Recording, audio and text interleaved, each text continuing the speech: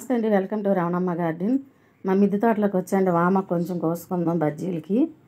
జలుబుగా అనిపిస్తుంది, అందుకని కింద తెచ్చుకొని కడిగేసామండి. ఒకప్పుడు శనగపిండి, కొంచెం వరిపిండి, కొంచెం వాము, తగినంత సాల్ట్, ఈ కొద్ది వాటర్ వేసి కొద్ది జారుగా కలుపుకుందామండి.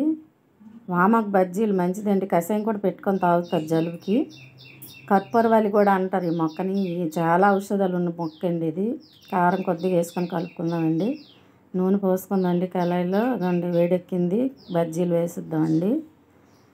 నా వీడియోలు చూస్తున్నారు కదా, లైక్ చేయట్లేదండి, షేర్ చేయట్లేదు, సబ్స్క్రైబ్ చేయట్లేదు. లైక్ చేసి షేర్ చేసి సబ్స్క్రైబ్ చేయండి.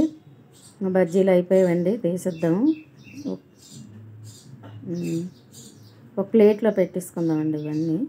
నూనె వాడాక బాగా దీంతో కొంచెం చట్నీ పెట్టుకుంటే పెట్టుకోవచ్చు, లేదా ఉత్తి బజ్జీలు అని బాగుంటాయండి.